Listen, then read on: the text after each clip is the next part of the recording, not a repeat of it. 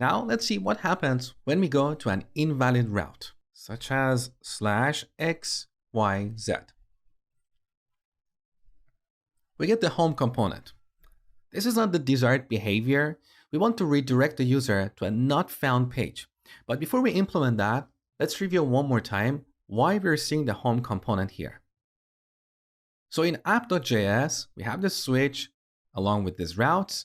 In this particular case, this last route matched the current URL. That's why we saw the home component. But what if we apply the exact attribute here?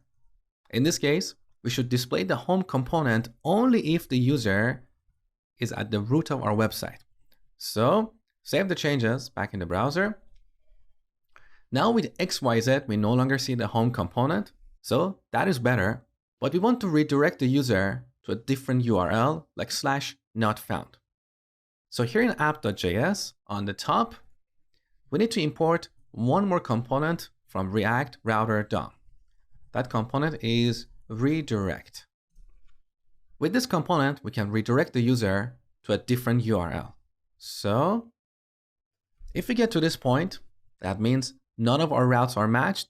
So we can redirect the user to /notfound. Now, what do we want to display to the user at this URL? Well, we need to register a new route with this path and the not found component. So here we add another route, set the path to /notfound and component to not found, which is already imported on the top. Save the changes. Now you can see we are on the not found page. So if I change the URL to an invalid URL, we get automatically redirected to not found and we see this message here. Now this redirect component has another application. Sometimes you want to move resources on your website from one URL to another one. You can use the redirect component to achieve this. Here is an example. I'm going to add a redirect here. But this time, instead of setting to, we're going to set from and to. So this will be matched.